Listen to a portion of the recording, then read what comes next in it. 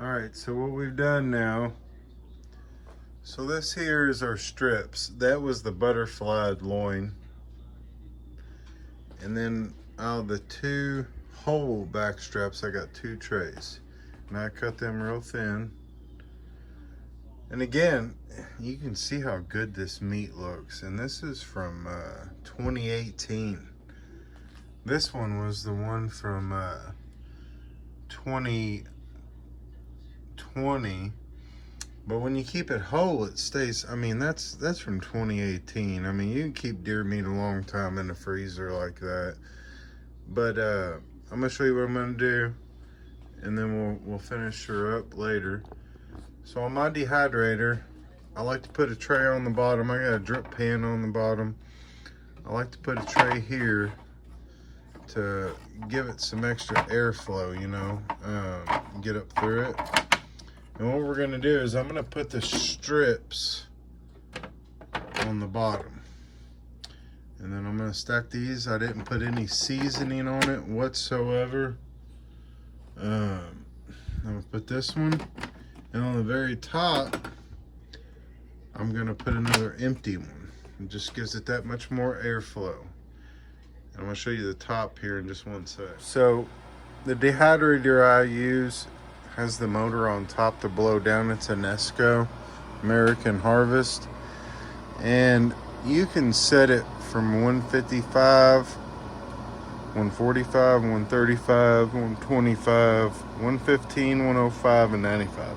And what I'm going to do now is FDA recommends you cook your meat at 155, but that's cooking it for dehydration. So I'm going to turn it down to 115, and I'm going to let this go. It could be 2 to 4 days. It just depends. I'm just going to let it go. I don't want it to cook. I want it to dehydrate.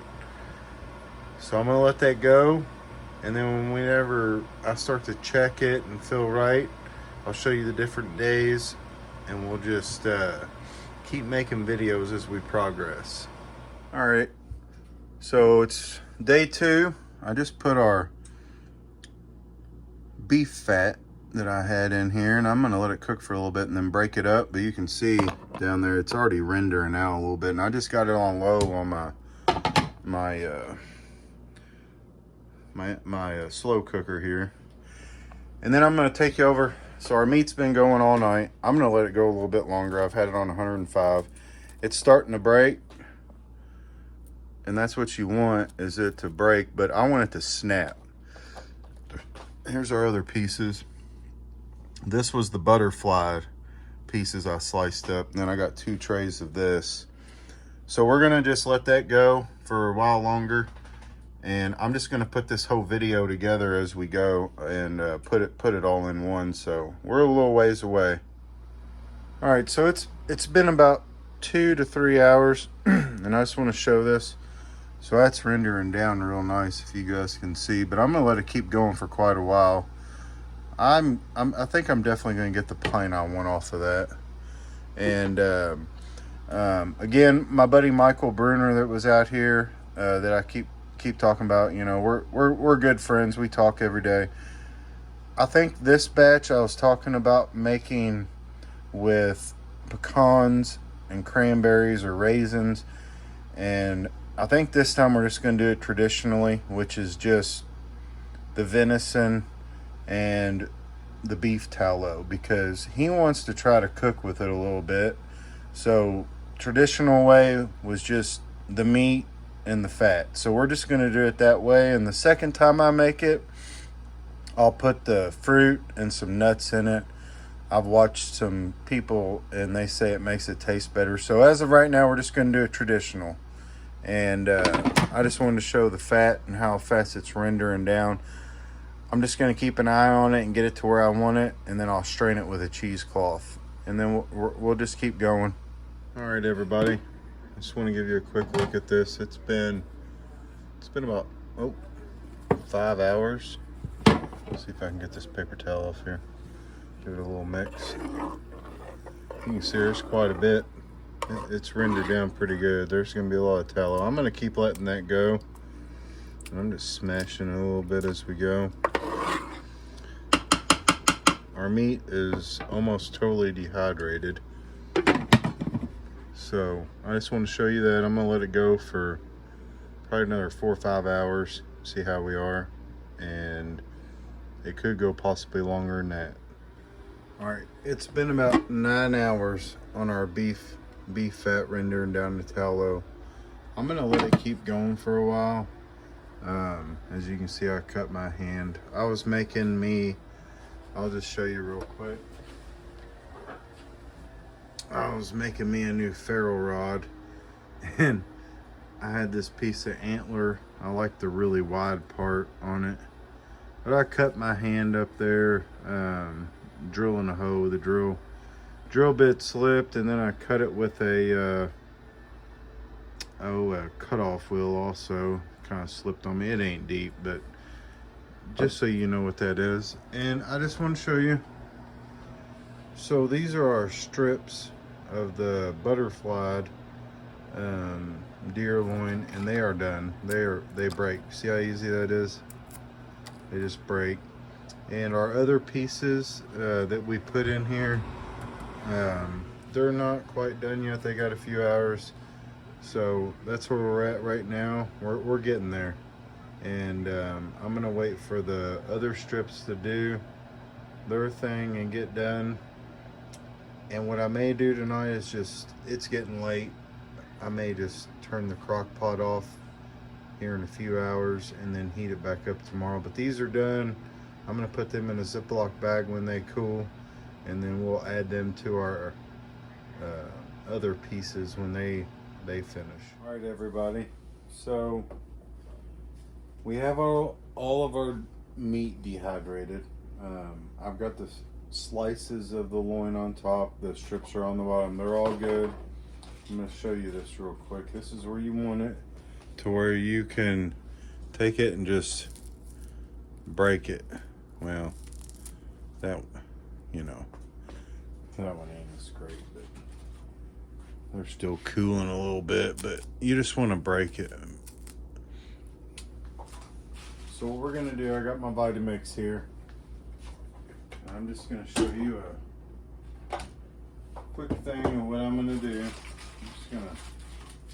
I'm not gonna load it down real hard.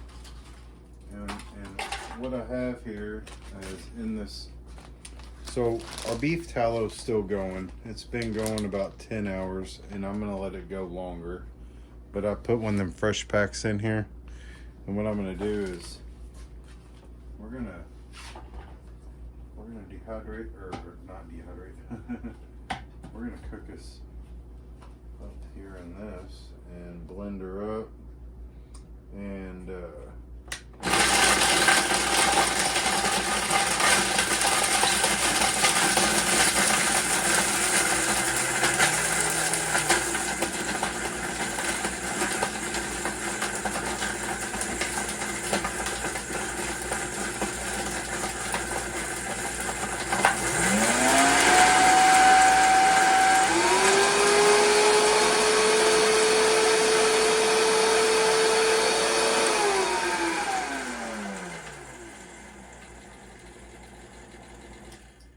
so we want to pulverize that. I'm not going to show you the whole process with all of it, of course, but let me hit that off and hit it just for a sec. There may have been a little bit stuck to it.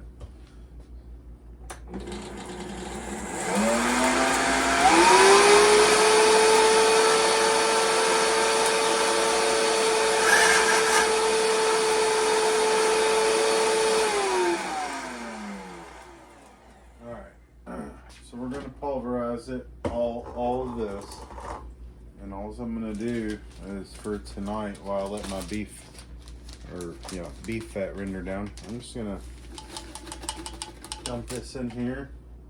And again, I got a little bit in the bottom, but you'll see what I'm doing. I'm just going to put it all in here for the night and store it until tomorrow, and we'll heat our I'm gonna stay up for, it's getting late, but I'm gonna stay up for the rendering of the fat just because I don't want to ruin it. And then I'm gonna turn it off, and then I'll start it back up in the morning, heat it up, and then I'll finish our video. But I'm gonna grind all this up. I'm gonna let it cool just a little bit more. Some of those pieces are still kind of warm. I just took it off. But we're gonna grind it up, put it in the bag, and tomorrow we're gonna finish her up. So I have another top to the Vitamix besides this. That ain't, I mean, it's working, but I've not really used this much. We're getting ready to see how this goes.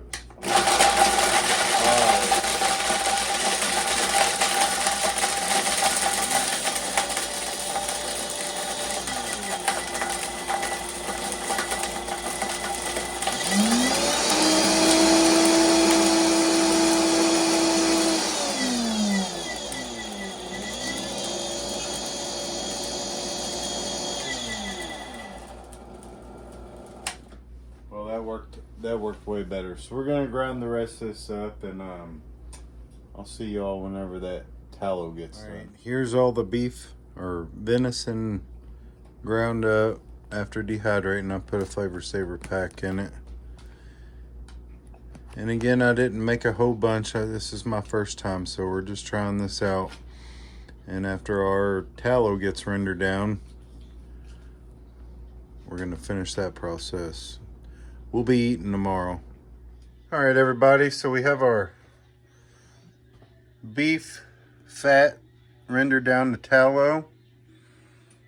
And I'll let that go overnight, and this is later the next day.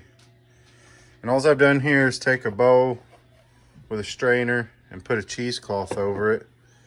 And I'm gonna set you down and kind of show you just what I'm gonna do here. And again, I'm not gonna show you the whole process of what's going on here. I'm just gonna give you a general idea. I'm just gonna put that cheesecloth in real nice, and I'm gonna dump all that in there. Just like that. And I'll let that render down, or soak down through that. And we'll give that a while. And what I'll do is I'll take it and, strain it in it real good to get it all out. And I'm going to keep this beef fat and put it in like a pint mason jar, and I'll use it as seasoning or greasing a skillet or something. So with that, I'll bring you back here shortly. All right, so we got us a little setup. Here's our rendered down beef tallow. And I have our bag of venison that I've ground up. And what I'm going to do is I'm going to add about that much. I need to get that packet out. But I'm going to keep some in case I get it too thin.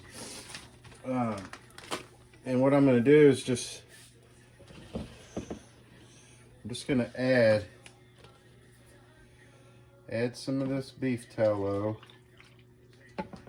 And they say the ratio is it's like 55% meat, 45% tallow. And you want it real pasty. If you add fruit, nuts, or something to it, you want that to be a 5% mixture. So it'd be, 45% 45% tallow, 50% meat, and I need some more in this. 50% meat, and then 5% of your. We're not making a bunch of this time because this is just a trial run for me. I've never made it, and I just wanted to kind of show you guys what it's going to look like. I'm just going to mash that in real good. Excuse me. We're starting to get the consistency that we want here. I'm going to add a little bit more. And I thought about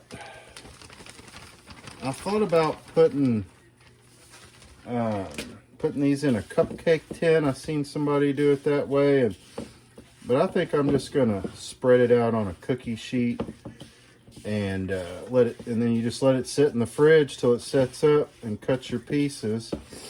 So I think that's how I'm gonna do it. And I'm starting to, so you can see that roll like that. I know the lighting ain't the best. It's coming through my front window right now, but man, excuse me. But we're getting that consistency. I'm gonna make it a little bit thicker, and that's why I kept this extra, because I wasn't sure how much.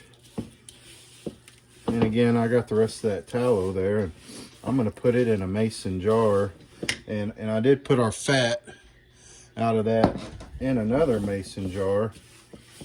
Oh yeah, this is gonna work out good right here. This is what we're gonna want. So I'm just gonna keep mixing this up real good. And if you can see that consistency there, it's just a good paste. And I'm just gonna keep pushing it. I wanna get all that fat into that.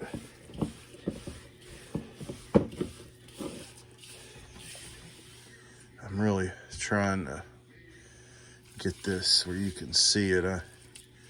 It's just real pasty, and that is almost exactly what we want right there. I may add just a little bit more of this. So I'm gonna mix this up, and I'll bring you back for whenever we get that to where we want it. All right, so here's the consistency I'm looking for. As you can see, I'm trying to get it in the light, where it just rolls over, and you can see it's real pasty. So that's what I'm looking for right there. And I'll bring you back when I got it in the pan. All right, here we have it. I just put it in a pan that I had and just smoothed it out real good. And all that is, here's the leftover beef tallow we rendered down. So I probably got close to so that's a pint and that's a quart. I probably got close to a quart jar of tallow off of 2 pounds rendering it down, which ain't bad. And then, like I said, I'm gonna keep their fat for seasoning. So all I'm gonna do now is I'm gonna put this in the refrigerator for it to set up, and then I'll bring you back and show you what it looks like and give you a taste run. I just wanted to do a quick show of this because I didn't show what it looked like after dehydrated. This here's pea soup, and here is the ham, and it's, you know. And what I'm gonna do is, since I didn't show this part the last video, I'm getting ready to bag this up here in a little bit in Mylar bags. But I want to show you this part. That way you can see what it looks like before I put it in the bags, and then the rehydration process. I'll put the video description up in the corner to this part whenever I put it the video together. But I just want to show you what it looked like or dehydrated. Hey everybody. Well, we've been working on our pemmican. I've still got it in the refrigerator, and the pea soup. I'm gonna do a big video. It's gonna, not a big video. Well, I don't know how long it's gonna be yet, but I'm gonna add a few things in as I go. And one thing I want to show you is I have my beef tallow out here now, and I put it in a jar, and it has gotten cold outside. And then I got my the beef fat that we had left over from making the tallow in a pint jar that I'll use to season stuff with and everything. But I just want to show you this because at that 3D Valley Farms, if you watched the other video, they were selling beef tallow that they had made for 16 ounces, which is a pint jar, and they wanted $20 for it. And I got this for $9 for 2 pounds of their beef fat, and it's good grass-fed beef fat. And as much as I used making the pemmican, I think after I'd have rendered it down, and if I wouldn't have used it, I would have actually have had probably a full quart jar, which is 32 ounces, 2 pounds. And if you get on Amazon, some people buy this stuff on Amazon and they're selling it. The cheapest one I could actually find, in case I couldn't find a good grass-fed beef fat, it was $22 for 1.5 pounds. And this here, I guarantee you, is probably going to be better. But I'm gonna spin you around and show you that, and just throw this in that video also. All right, so here we have it. I'm gonna try to get it in the sunlight a little bit, but you see how white, and that's just, I ran through a cheesecloth out there after it was done, and it is beautiful. And like I said, that's a half a quart right there. That's a pint all by itself. So we would have been able to get a whole quart, which is 2 pounds, 32 ounces. And let me show you this. There's our fat. It's got a little in the bottom, but I'm just gonna put both these in the fridge, and what I'm gonna do is use this to cook with, season stuff back on the fire at camp, and grease up my cast iron skillets and everything. Don't throw that away, because that's good stuff. But yeah, I just wanted to show you guys this real quick to show you how much cheaper and easier it is. I'm sure you could get a brisket that, I had a bunch of brisket fat and I don't know what I did with it, but I was gonna use it. But I will say this, that tallow right there, as you can see how it really worked down and purified really well. So that is what is in our pemmican, and it's setting up in the fridge right now.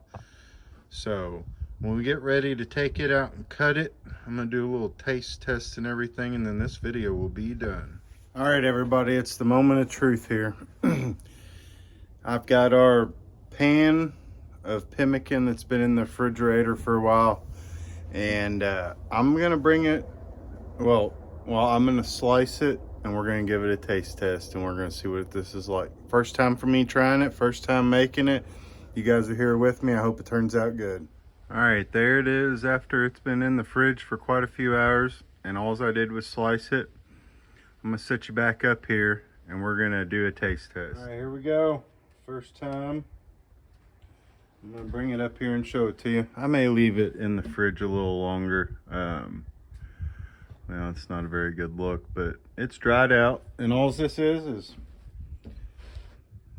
my venison dehydrated and the beef tallow, and let's just check it out.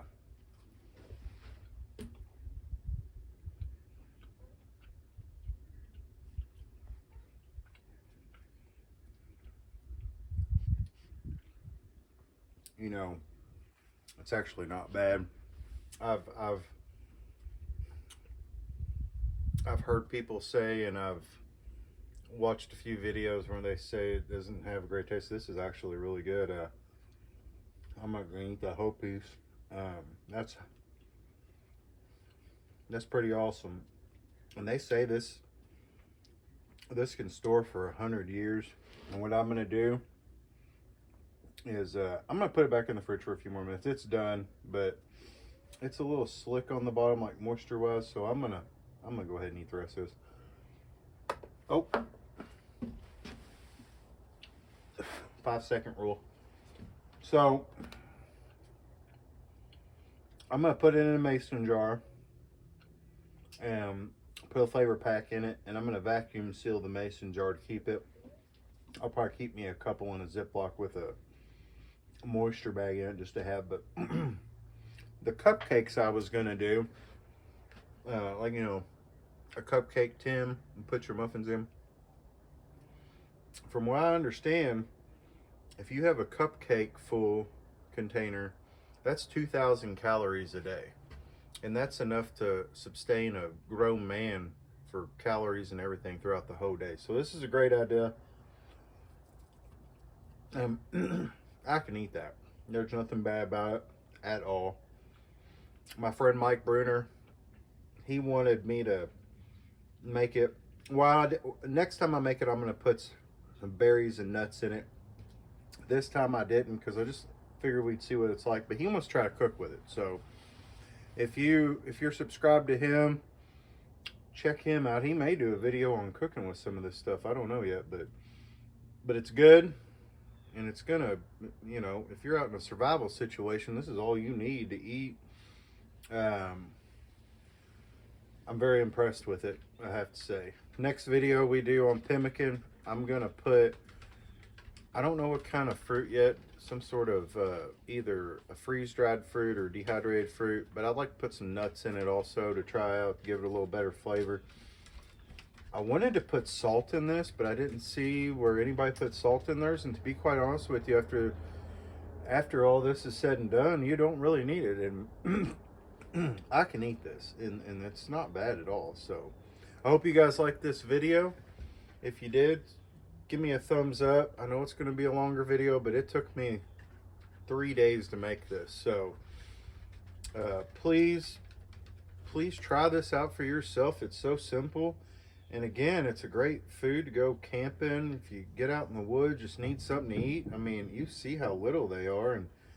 And if a cupcake is maybe 3 of those, then that's 500 to, well, I'd say around 750 calories probably right there, and all sorts of other stuff. 500 to 750 just in that little square. And so yeah, keep watching. We're gonna do some pretty different things here, but I hope you like the video, and I'll see you next time.